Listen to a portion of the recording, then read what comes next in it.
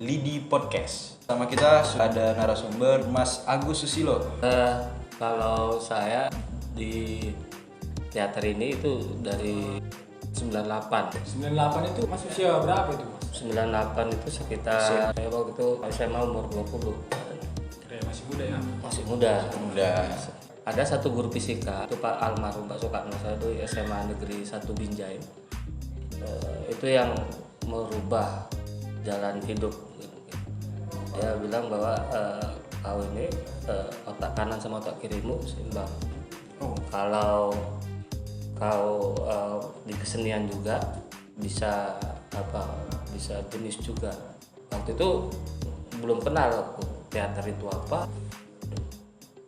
kesenian itu apa, karena memang Belum spesifik ya Mas. Maksudnya dunia seni tidak. kesenian pun nggak ngerti, karena dulu waktu pelajaran kesenian aku selalu nilai 6 karena kan nyanyi. Karena nggak ada ketertarikan di Nggak ada situ. ketertarikan. awalnya, Mas.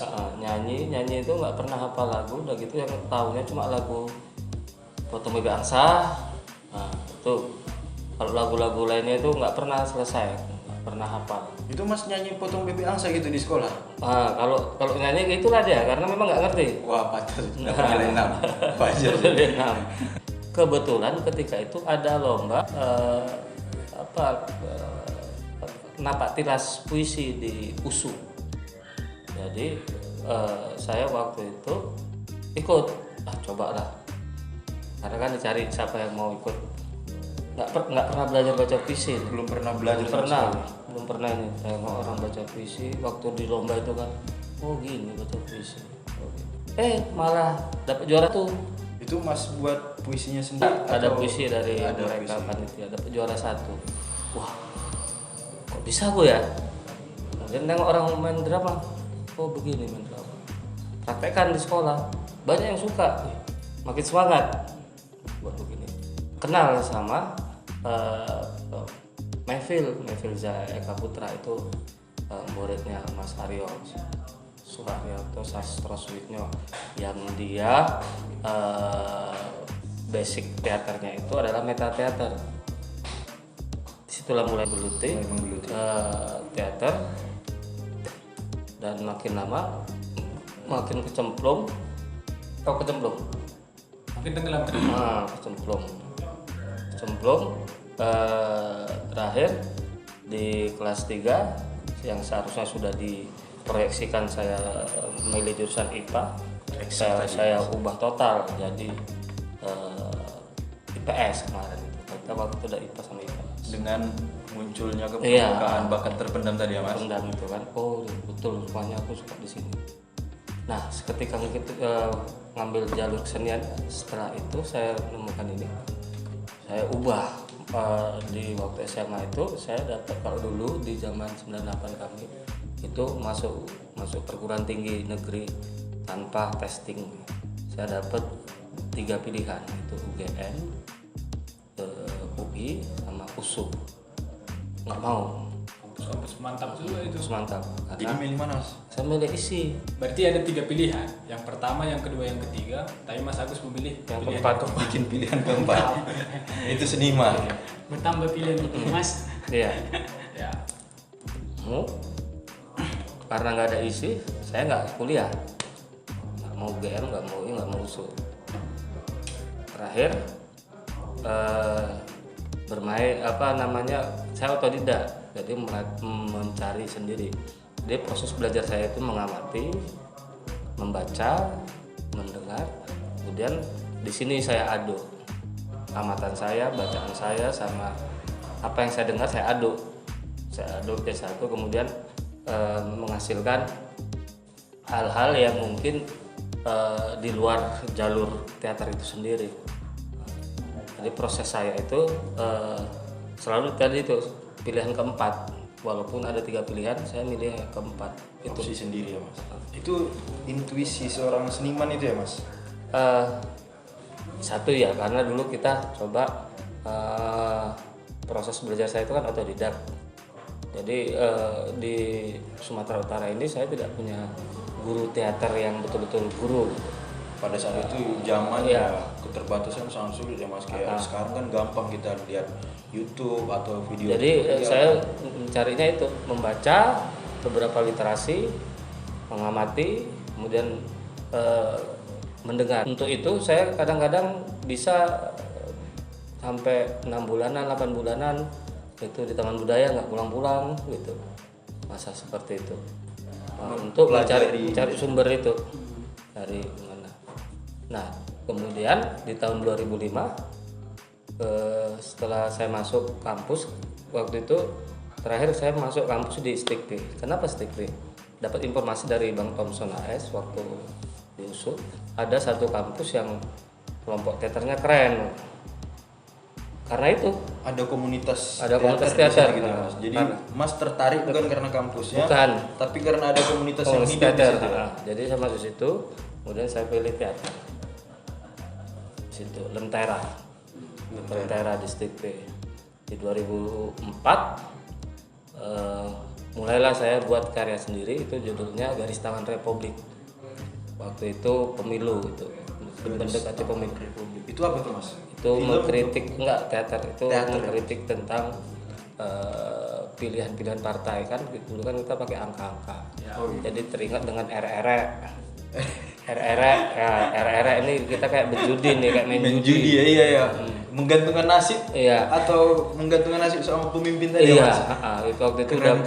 udah mulai, jadi kita main RR itu, jadi pemilih itu sama dengan main RR, main Layaknya orang yang togel gitu lah main gitu. togel judi pada saat itu ya. Iya. Karya itu dibawa keliling kemarin itu ke kampus-kampus. Sumatera Utara, Medan. Tapi ada beberapa kali di blacklist, di blokir lah gitu, nggak boleh main di Nggak boleh kampus manggung ya. gitu mas. Karena temanya seperti itu. Kemudian yang kedua, kritik kami waktu itu sarkas, kritik saya waktu itu sangat sarkas. Kritik terhadap terhadap Orde Baru, kepemimpinan terhadap Indonesia. kepemerintahan. Dulu waktu itu saya main dengan cuma pakai sempak dan mengalungkan burung Garuda Pancasila. Itu ada makna tersembunyi pasti mas. Ya, maknanya itu kemarin itu kita kritik bahwa ya kita udah nggak tahu malu lagi bernegara ini gitu. Di tahun Pemimpin sudah tidak punya tahu malu lagi, punya malu. moralnya sudah nggak ada. ambruk. Itu sempat mau kemarin sudah main itu di Universitas Muslim Nusantara UMN. Terus yang di blacklist itu di IAIN nggak boleh. Gak diburu berapa ratus mas? Enggak, karena waktu itu kita kerjasama sama BEM Sumatera Utara. Sumatera Utara gitu. Atau dapat intimidasi gitu mas? Enggak, Enggak ya. tapi waktu main di Belawan itu kita dikepung sama polisi karena kita di Belawan itu main di lampu merahnya. Mas bilang tadi kan tampilnya di lampu merah nih. Itu diusir karena nggak ada izin atau bagaimana mas? Nggak diusir, Jadi Terjadi kemacetan ya. terjadi kemacetan. kemacetan Tapi polisi itu nggak berani ngapain kita karena kan kita juga banyak kan kampus gitu BEM se Sumatera Utara yang Itu diramein sama kawan-kawan mahasiswa boleh menjadi. iya, itu dia. Jadi kecenderungan saya waktu awal-awal itu mengkritik itu, kadang ikut aksi dengan kawan-kawan mahasiswa.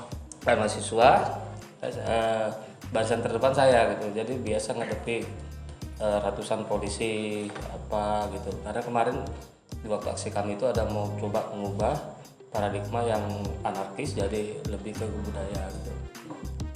Dan dari dulu memang saya dikenal orang, bukan terkenal, dikenal orang main teater yang ekstrim, misalnya minum cat, makan kertas.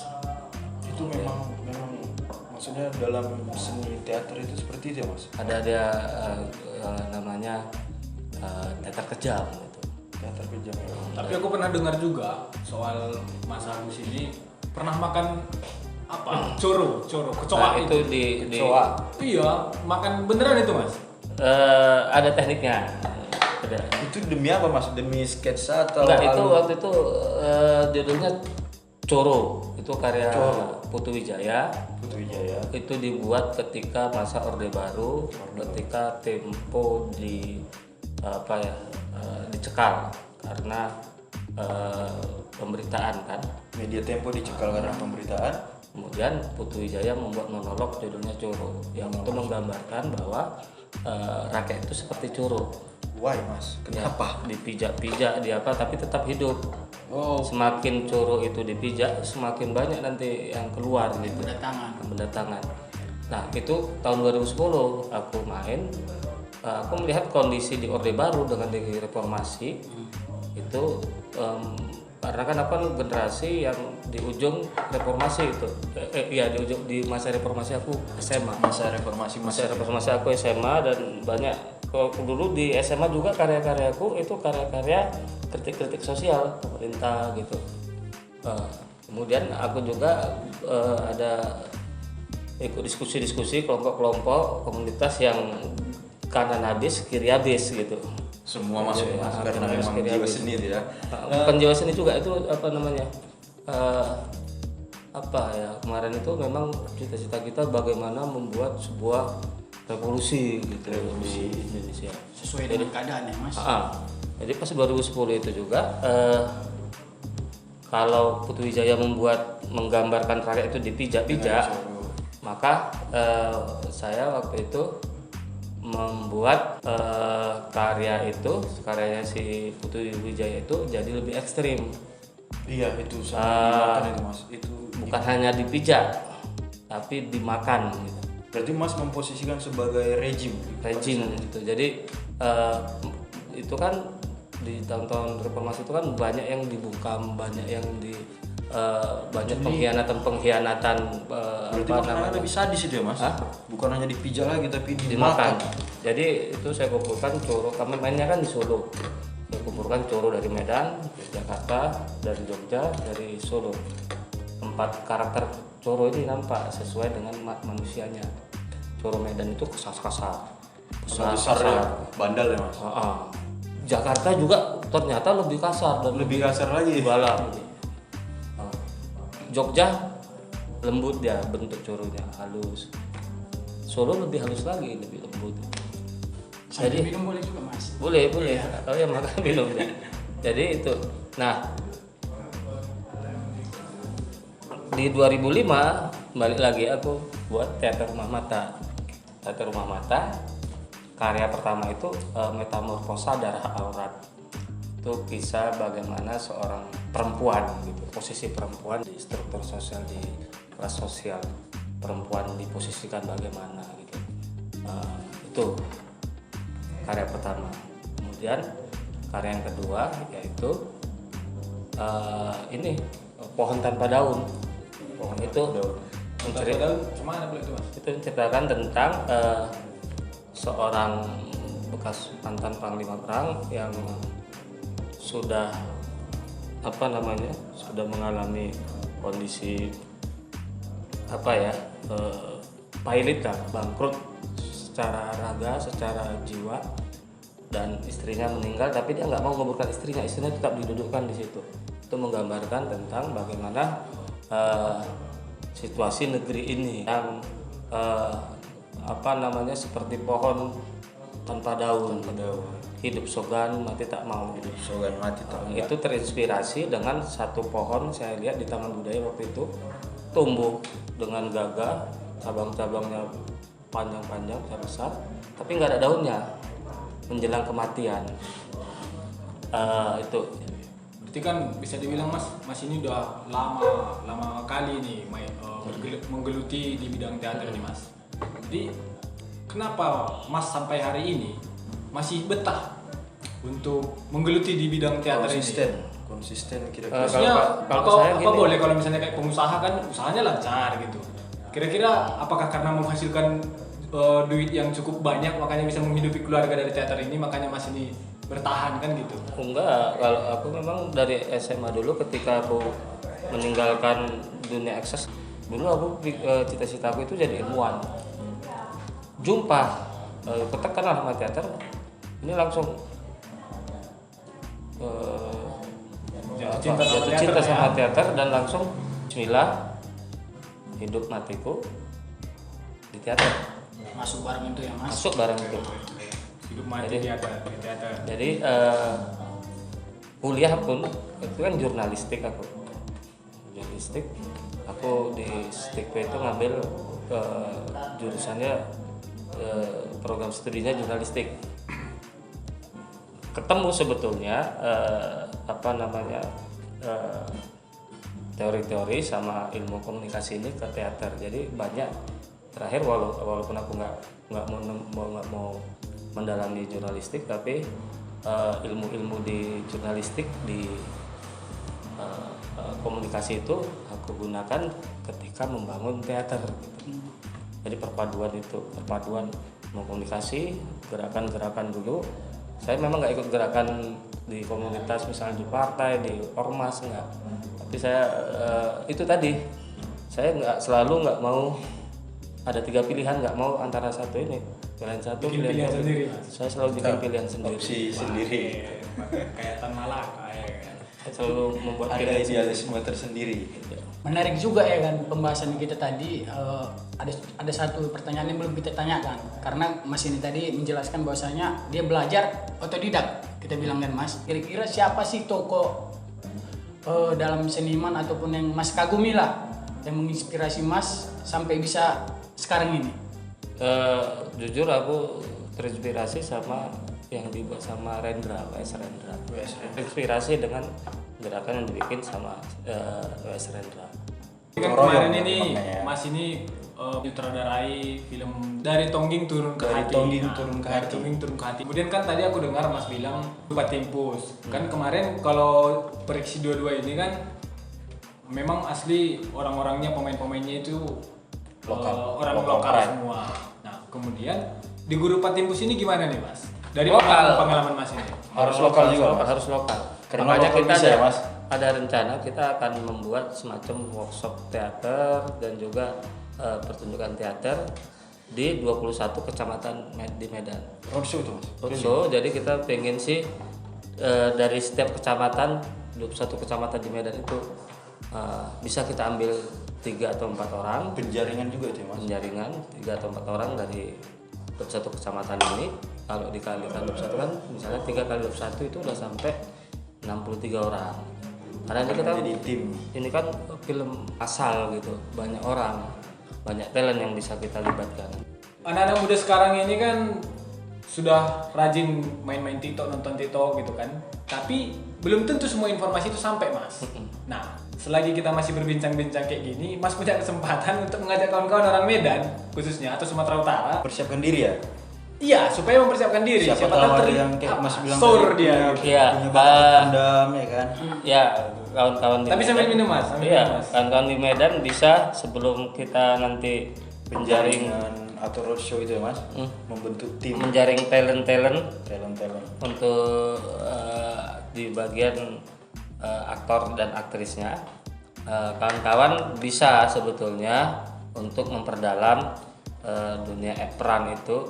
Kebetulan di ruang kreatif 001 Teater Rumah Mata ini kita juga membuka kelas-kelas acting. Selain kelas acting kita juga lintas disiplin seni, tapi yang lebih utama itu kelas acting, kelas seni peran untuk teater dan film. Teater dan film. Nah, jadi kawan-kawan bisa mengasah dirinya, bisa mengasah potensinya, bakatnya, dan kita juga bisa membuka pencerahan, membuka penyadaran bahwa kita semua orang yang ada di muka bumi ini pada dasarnya adalah makhluk teater, homo theatricus. Makhluk teater. Iya. Maksudnya manusia yang pandai drama gitu, Mas. Ya, semua orang di muka bumi ini itu pada dasarnya adalah aktor-aktor. Aktor-aktor. Makanya dibilang dunia ini panggung sandiwara. Oh iya betul. Bahkan Memang ketika banyak pandai bersandiwara. baru lahir aja dia sudah berakting gitu. Sudah berakting untuk mencari perhatian, untuk Itu bagian menarik- dari acting ya. Nangis menarik dia bagian perhatian. dari acting. Menarik perhatian itu dengan menangis itu. Menangis kan salah satu ekspresi jiwa, ekspresi pemikiran, ekspresi hati yang disampaikan lewat tangisan. Berarti Jadi dari sejak lahir manusia di muka bumi ini itu sudah menjadi homo theatricus mulai dari bayi ya Mas. dari bayi. Udah bawaan Tinggal lahiriah lah ya. bagaimana kita memunculkan potensi ini, kita mengasah potensi ini, kita mengembangkan potensi ini sehingga menjadi sesuatu di potensi kita. Kawan-kawan Medan, Sumatera Utara datang Jadi kan ke gini, Mas. ruang kreatif. Siapa tahu ya kan, teman-teman yang lagi nonton ini, dia merasa dia punya potensi dan dia punya kualitas dalam berakting gitu. Kemudian kalau dia tertarik, apa ini langkah sederhana yang lebih singkat Mas jelaskan supaya orang itu bisa terlibat gitu Mas? Langkah sederhananya itu bisa langsung ke Jalan Sesi Guti nomor 17A strip 30. Di sini ada wadahnya, Kalau ada besok- mentornya begitu loh. Berarti kalau besok misalnya langsung ada yang nonton, yang lihat, yang tertarik, boleh langsung datang kemana ya Mas ya? Iya, hubungi aja HP atau email. Nanti kita atau tertera, Mas. ke media sosial yang ada. Tempatnya gampang kok di sini karena aksesnya mudah dicapai di mana aja. Ini kita memang ambil posisi di tengah kota. Tapi memang aku tengok orang Medan-Medan ini banyak yang jago-jago acting ya kan. Kayak ada konten-konten YouTube Mak Betty gitu, bisa dia memainkan banyak peran. Itu gimana tuh Mas? Enggak, Itu semuanya bisa acting. semuanya itu bisa acting ya. Yang terpenting 3 huruf. M A U. Mau. Kira udah mau tanya kirain kan? awak belajar ya kan, belajar baca gitu ya kan, rupanya MAU mau. Banyak Aku pikir bakat-bakat tadi ini. yang disebut mesin tadi kan MAU. Kukira ada kepanjangannya. Makanya Rupanya cuma mau dia. Kayak guru dulu bilangnya kan, syaratnya supaya sukses itu B ya kan? Iya. 3B katanya. Belajar, dan belajar. Ada kepanjangannya. Ini gak ada kepanjangannya. Nggak ada ya? Ya, itu. Mau. mau. Belajar dan belajar, tapi kalau dia nggak mau, nggak bisa itu. Jadi Mas, selain di Sumatera, ya kan Mas, di luar Sumatera pun pernah juga melakukan teater kayak gini. Oh iya, Top itu festival, tadi di festival. Solo, di Jakarta, kemudian di beberapa wilayah di Sumatera udah hampir habis itu. Nah, Nah, di situ. Jadi memang kita rutin itu dari 2010 sampai 2024 ini, kadang setahun sekali, kadang 2 tahun sekali. Tapi rata-rata setahun sekali kita selalu diundang di Lampung, Bengkulu, kemarin Jambi, Padang, yang baru ini Palembang, Pekanbaru, Aceh. Banyak memang, makanya tadi saya bilang aku itu jamak. Kesuksesan kita juga nggak bisa diraih dengan diri kita sendiri. Banyak tangan-tangan yang turut campur untuk perkembangan dan pergerakan teater rumah mata, dari orang terdekat sampai orang terjauh. Dan memang yang paling memang banyak melakukan pengorbanan secara finansial ya. Secara itu ya, satu misalnya Bunda Dede itu. Ada juga yang kami tahun 2019 itu mendapat dukungan juga dari seorang yang sekarang sudah almarhum, misalnya Pak Taura.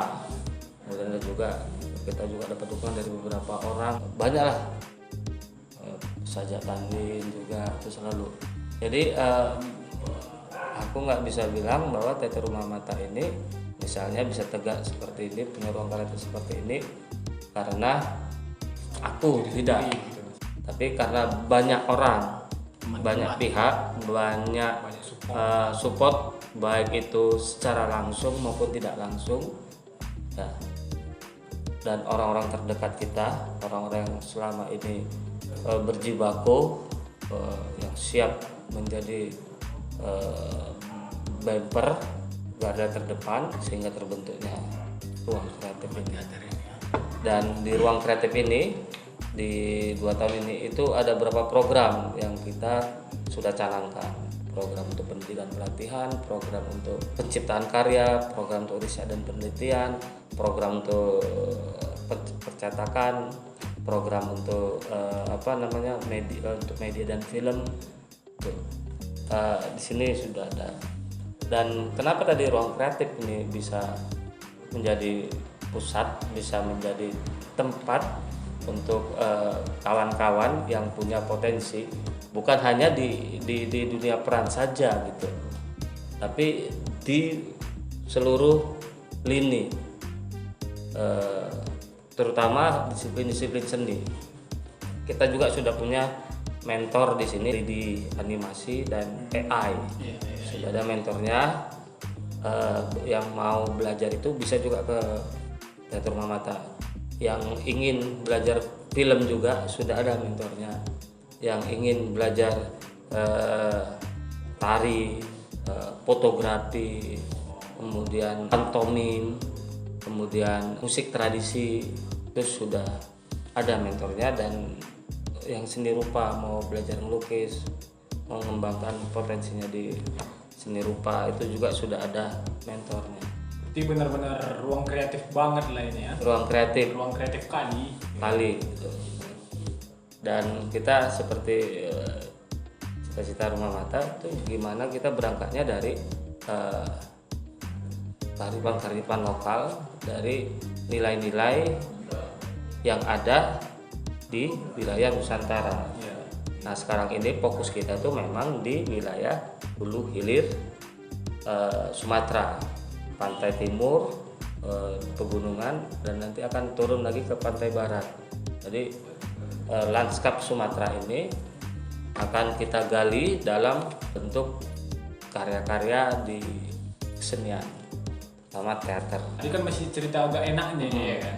Jadi sebelum Mas sampai di titik ini hari ini, kira-kira Mas apa ini tantangan-tantangan yang Mas hadapin yang agak beratnya atau yang lebih beratnya gitu Mas sampai di hari ini gitu. Termasuk kan belum tentu kan begitu kita jalankan satu hal yang kita inginkan ini, yang kita bilang untuk mencerdaskan kehidupan bangsa misalnya gitu kan, memberdayakan sumber daya manusianya yang lokal, belum tentu yang kita lakukan itu kan teman dekat kita sendiri mendukung gitu. Atau mungkin ada yang bilang, oh ngapain kau buka-buka kayak gitu, gak kerjaan itu gitu Mas. Kira-kira tantangan-tantangan seperti itu Mas? Banyak lah tantangannya, terutama ya masalah klasik lah, menganggap bahwa teater itu bukan kerjaan, teater itu bukan profesi, teater itu cuma ngabis-ngabisi waktu, teater itu cuma sekedar hobi, cuma sekedar lah gitu, sekedar untuk hiburan, untuk menyambut tamu atau diundang sana kemari kita memberikan penampilan.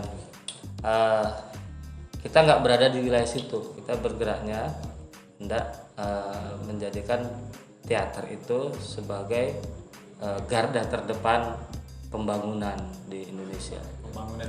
Teater itu sebagai garda terdepan untuk melindungi nilai-nilai budaya di Indonesia. Banyak tantangannya di keluarga, di teman-teman. Keluarga juga termasuk Mas? Iya, bahkan pernah dan ya ditinggal gitu sama keluarga, dan juga dijauhin sama kawan-kawan, juga anggap mimpi, dianggap omong kosong. Jadi pertempuran dinamikanya, apalagi sama orang terdekat. Tapi ya itu tadi, bersyukur alhamdulillah sekarang ini Bunda Dede yang memang dia mau berjibaku, mau bersama-sama dalam suka dan duka untuk mengembangkan ini itu. Selain itu ya itu tadi jaringan-jaringan kita, termasuk juga Persada, Benson dan kawan-kawan seniman, dan di luar seni juga, karena saya melihat bahwa kesenian juga tidak akan bisa maju kalau dia hanya berada di lingkup kesenian. Maksudnya kalau yang berkecimpung di kesenian itu adalah orang-orang seni aja, itu sampai mampus pun nggak akan bisa maju itu kesenian. Karena orang seni kan karakternya dia pencipta, dia berkarya gitu. Tapi ketika masuk nanti bagaimana mempromosikan, masuk bagaimana nanti manage-nya, masuk bagaimana nanti di hal lainnya gitu. Misalnya kita teknis ya Mas. iya kita butuh bahan misalnya untuk pertunjukan bahan kapas misalnya. Kita juga kan harus menghubungi petani-petani kapas gitu. Kita butuh kendaraan. Kita juga kan harus bekerja sama dengan perusahaan-perusahaan kendaraan. Kita Jadi butuh nanti. dibutuhkan juga itu pengorganisiran dan pengorganisasian itu. Oh iya, itu makanya saya bilang tadi ilmu komunikasi di kampus itu sangat dekat dengan teater yang bisa membantu itu. Dan bersyukur saya memang saya nggak berasal dari kuliah teater atau kesenian. Mungkin ketika saya kuliah waktu itu di dunia teater, di jurusan teater, saya tidak berani memilih pilihan keempat itu. Kita boleh punya banyak potensi, kita boleh punya banyak kepintaran, kita boleh punya banyak skill gitu. Tapi kita harus berani memilih salah satu di antara kepintaran dan skill itu untuk kita tumbuh kembangkan menjadi diri kita. Terima kasih Mas untuk perbincangan ataupun diskusi kita hari ini. Sekali lagi kami dari tim Lidi Podcast mengucapkan terima kasih yang sebesar-besarnya. Tentu nanti ini juga kita ada diskusi-diskusi selanjutnya. Untuk kali ini kita akhiri. Horas menjua-jua yo.